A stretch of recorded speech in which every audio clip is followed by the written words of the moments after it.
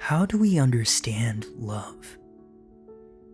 Is it a sentimental, warm, fuzzy feeling? A consumerist excuse to sell us grocery store cards and heart-shaped candy? Perhaps we believe that love, in its larger-than-life orchestral form, is the stuff of movies and fairy tales. Maybe we look for real expressions of love in the smaller and quiet moments. Defining love is difficult. Love feels ephemeral, ineffable, and tricky to pin down.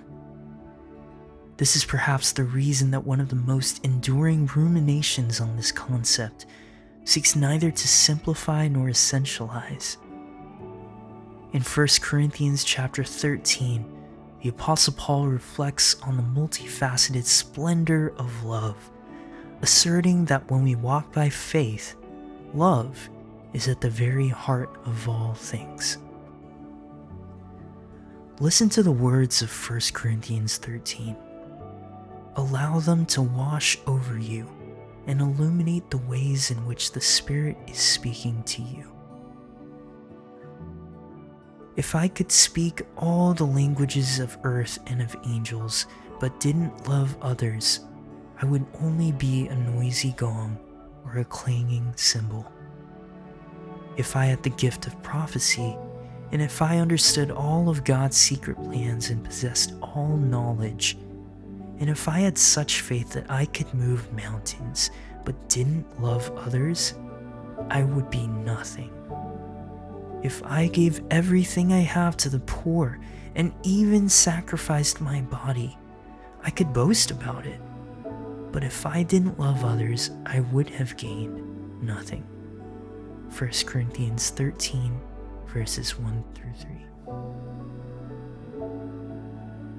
3. Gracious God, your love for your creation is immeasurable and unending. Help us to live our lives by the example you have set up for us. Help us to recognize the beauty and value of each and every person we encounter.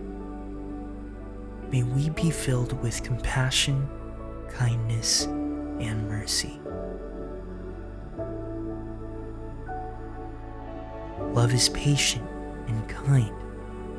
Love is not jealous or boastful or proud or rude. It does not demand its own way.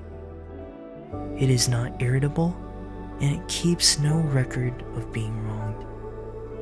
It does not rejoice about injustice, but rejoices whenever the truth wins out. Love never gives up, never loses faith, is always hopeful, and endures through every circumstance. 1 Corinthians 13, verses 4 through 7. God, we recognize these qualities and characteristics of love. We see them perfectly embodied by you. Love is at the very core of who you are, and you have imbued the whole of creation with it.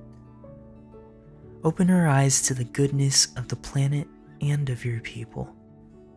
Help us to differentiate between false ideas of love, mired in jealousy, anger, and selfishness, and instead pursue true love, generous, just, and honest. Prophecy and speaking in unknown languages and special knowledge will become useless, but love will last forever. Now our knowledge is partial and incomplete, and even the gift of prophecy reveals only part of the whole picture. But when the time of perfection comes, these partial things will become useless. 1 Corinthians 13, verses 8 through 10. Jesus, we know that we are frequently distracted. Our attention, our energy, and our focus are not often fixed on what truly matters, your vision of hope and love for this world. Let us not get so caught up in ourselves that we forget to show care for your creation. When I was a child, I spoke and thought and reasoned as a child. But when I grew up, I put away childish things. Now we see things imperfectly, like puzzling reflections in a mirror. But then we will see everything with perfect clarity. All that I know now is partial and incomplete, but then I will know everything completely, just as God now knows me completely. 3 things will last forever: faith, hope, and love. And the greatest of these is love. 1 Corinthians 13, verses 11 through 13. Amen. This guided meditation is presented to you by Alabaster. Learn more at alabasterco.com.